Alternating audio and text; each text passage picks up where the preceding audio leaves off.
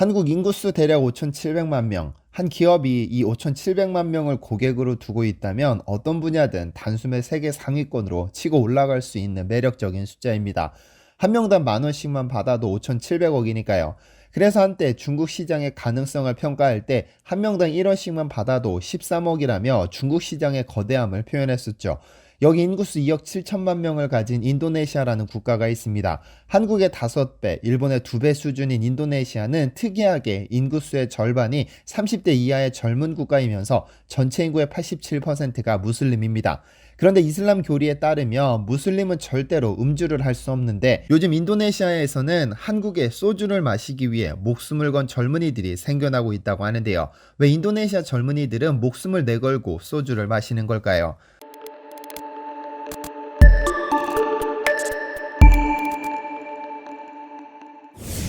안녕하세요, 디스멘터리입니다.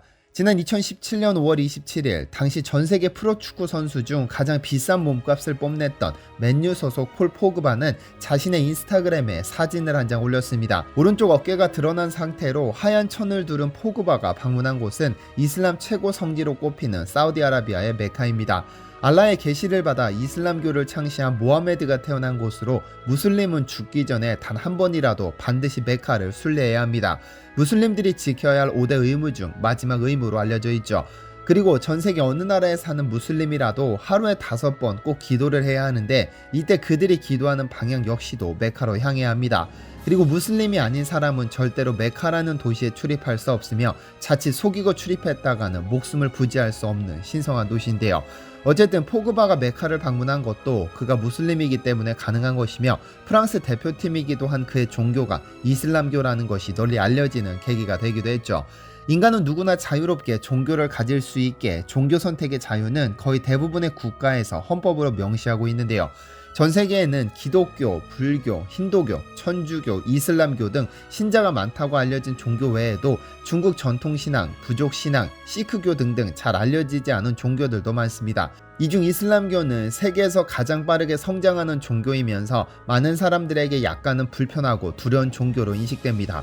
이 종교의 가르침을 따른다는 명목으로 세계를 충격에 빠뜨린 사건 사고가 워낙에 많이 발생해왔고 지금 이 순간에도 중동 지역에서 벌어지는 일들의 중심에 이 종교가 있기 때문이죠. 한국 이슬람교 중앙회에 따르면 2018년 기준 한국인 무슬림은 대략 6만 명이며 외국인까지 합쳤을 때 26만 명에 이른다고 합니다.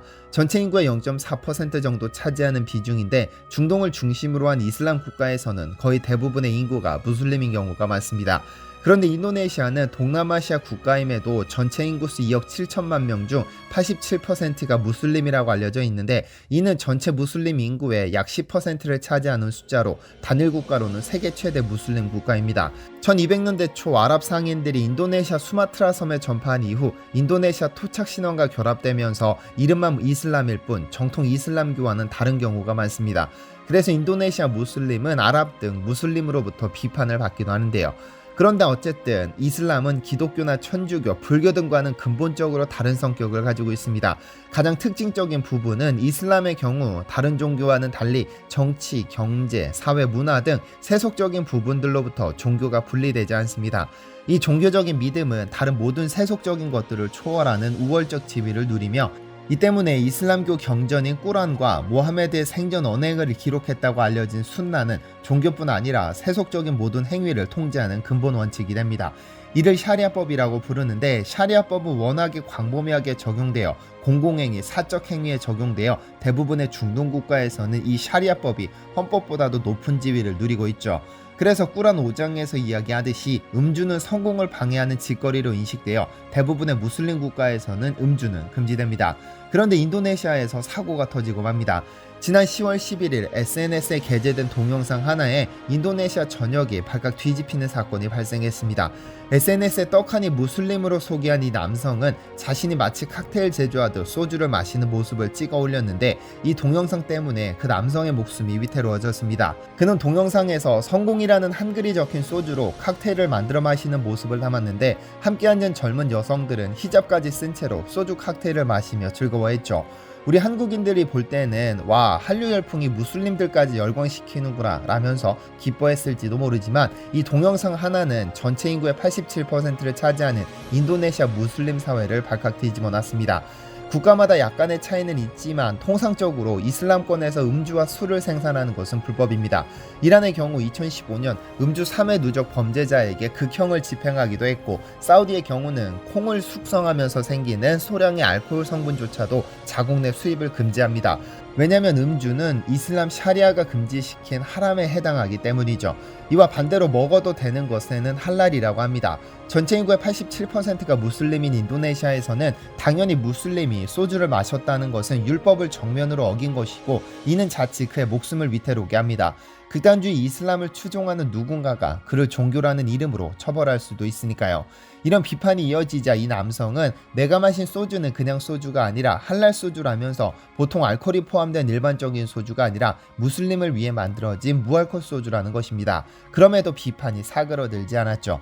2021년 초 한국인들에게는 영혼의 동반자와 같은 한국의 소주가 자존심을 크게 구겼습니다.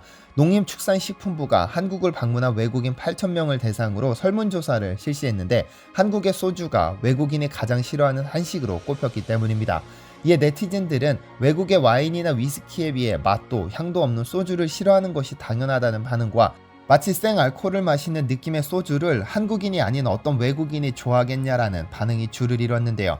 하지만 인도네시아에서는 예외입니다. 조금 과장하자면 인도네시아 젊은이들 사이에서는 소주 한 잔 마시는 것이 인싸의 조건으로 알려지면서 목숨을 빼앗아갈 수도 있는 종교적인 율법까지도 무시하는 경우가 많다고 하는데요.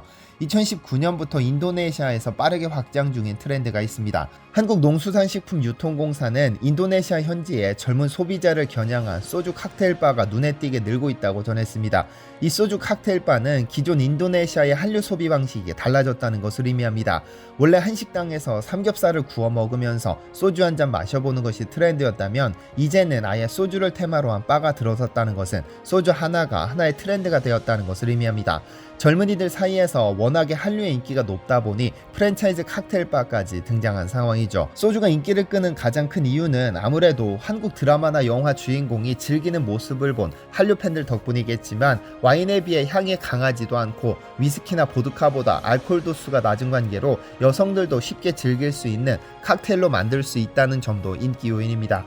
한국인들이 단점이라고 생각했던 것이 인도네시아에서 장점으로 바뀌어버렸죠. 그리고 인도네시아는 인구수의 절반이 30대 이하라는 특징을 가지고 있어 한류에 빠진 젊은이들을 공략하기 위해 가장 좋은 도구가 한류를 활용하는 것이고, 한국 드라마에 거의 빠지지 않고 등장하는 소주가 가장 좋은 사업 아이템이 되었는지도 모릅니다.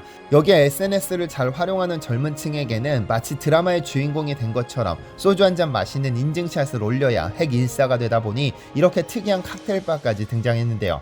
그런데 얼마 전 인도네시아에서는 알코올이 전혀 들어가지 않은 완전한 무알코올 소주, 할랄 소주가 등장했습니다.